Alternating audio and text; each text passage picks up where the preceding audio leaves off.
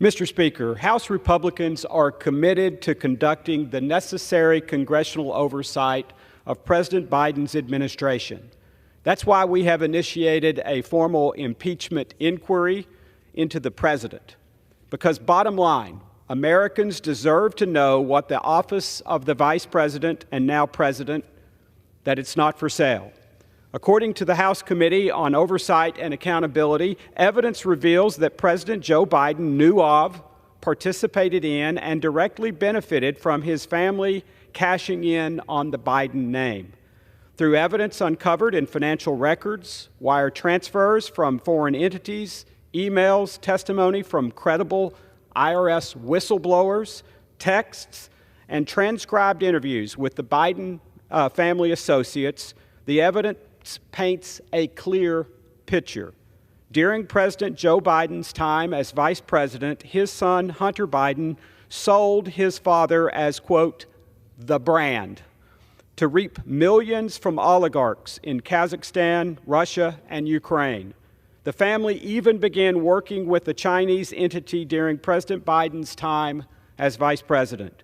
It appears that no real services were provided other than access to the Biden network, which makes this even more suspicious. Most intellectually honest and objective people would call this a smoking gun. But unfortunately, most members of the mainstream media do not fall into this category these days. That's why most Americans have turned away from mainstream media outlets. These media outlets have lost all credibility because they refuse to dig deeper to answer the legitimate and obviously newsworthy questions that many Americans have about the evidence showing President Biden's central role in his family's unethical business schemes. That's why House Republicans must remain committed to finding answers. Some of these answers may come from the president's son, Hunter Biden, who, up until recently, has defied congressional subpoenas to testify before the relevant committees. He even had the gall to recently show up to the Capitol and a committee hearing simply as an outrageous publicity stunt. He offered to answer any question, but actually answered none. Then, after making an ugly scene, he left with his taxpayer-funded security.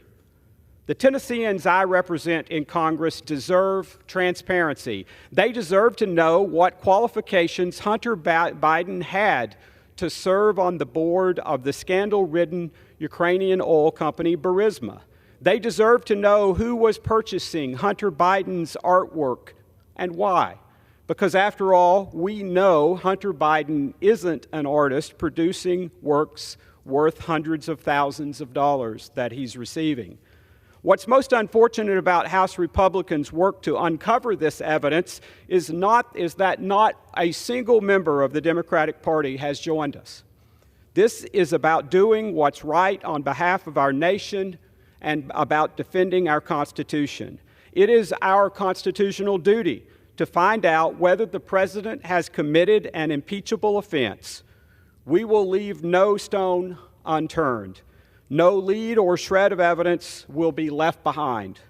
That is our commitment, and it always will be.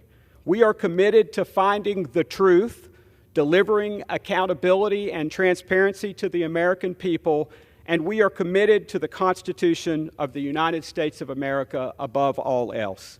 Thank you, Mr. Speaker, and I yield back.